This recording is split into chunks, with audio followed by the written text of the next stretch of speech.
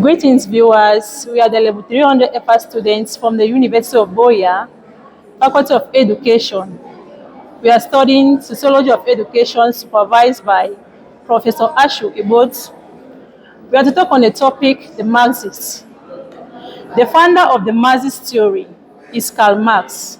Karl Marx was a German philosopher who was so interested in exploring the relationships between the economy and the people working within the economy.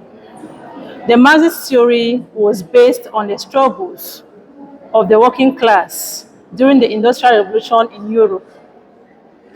Karl Marx explained how there are power struggles between the capitalists and the workers, which were very exploitative and could lead to class struggles. According to Karl Marx, those who performed the work came from the low social class, and he termed them the proletariat, otherwise called the poor. Whereas those in charge, the wealthy bosses, the managers, he termed them the bourgeoisie, in other words called the rich.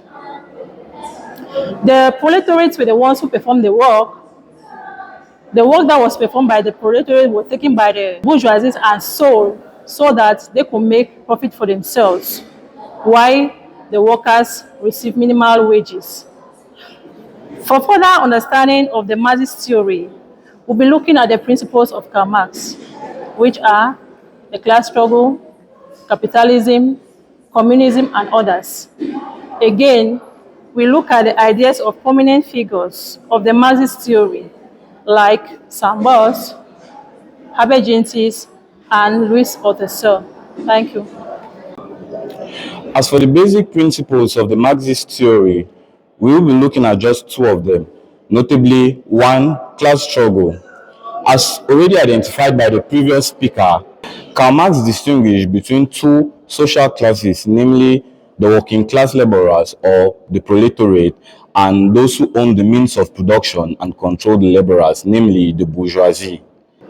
He even went as far as saying that there is a constant struggle between the proletariat and the bourgeoisie, with the bourgeoisie trying to make as much profit as possible by exploiting the workers or proletariat, and the proletariat getting tired of the endless exploitation.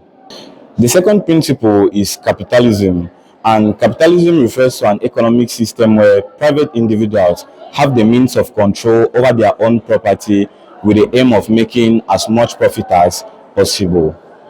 Marx described capitalists as those who exploit the hard work of their laborers with the aim of making the highest profit possible because they believe they are entitled to the profit made over their laborers' hard work, which, according to Marx, can only be described as theft.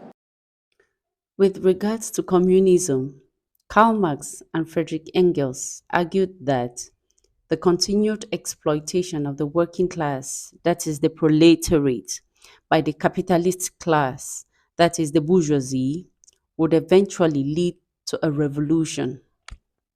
As working conditions worsened and wages declined, the proletariat would rise up against their oppressors.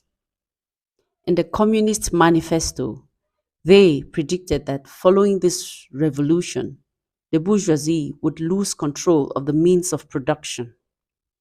These economic assets would be transferred to collective ownership, leading to the dismantling of capitalism and the establishment of a communist society.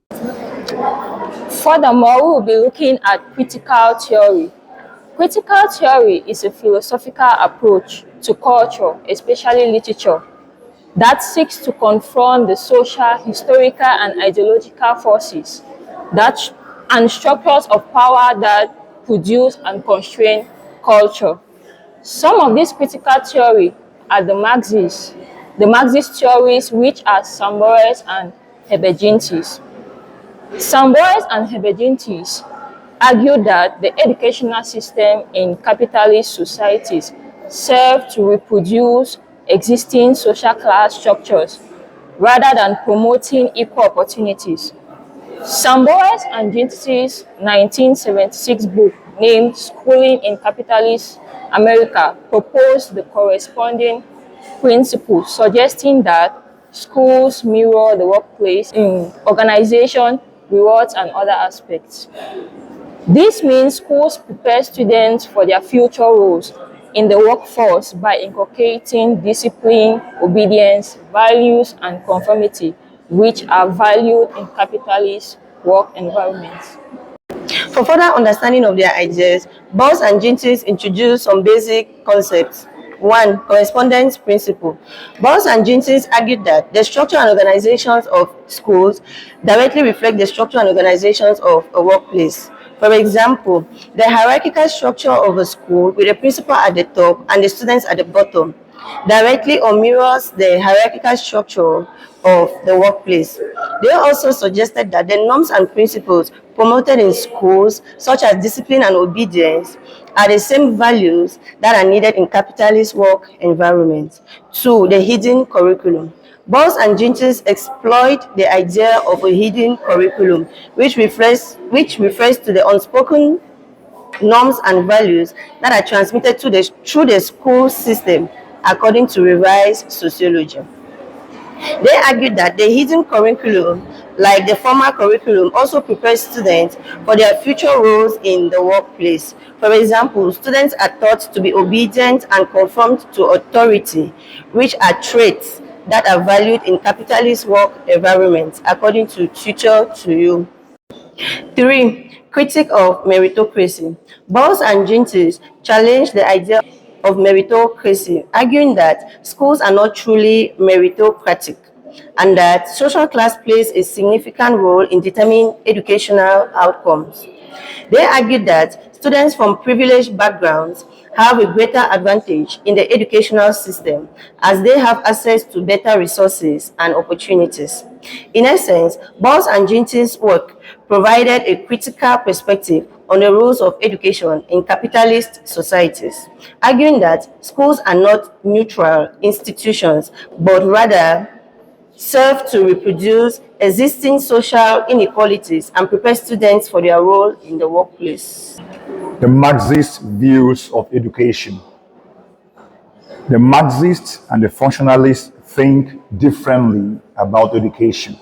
One, the functionalists, they believe that education helps to learn, to grow, and to fit in the society.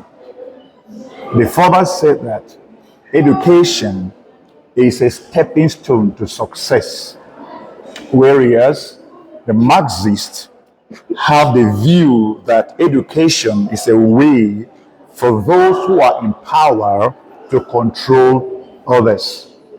They further believe that schools teach kids to obey and to accept the current system, which keeps the rich in power and makes them more richer, and the poor down the lane and makes them more poorer.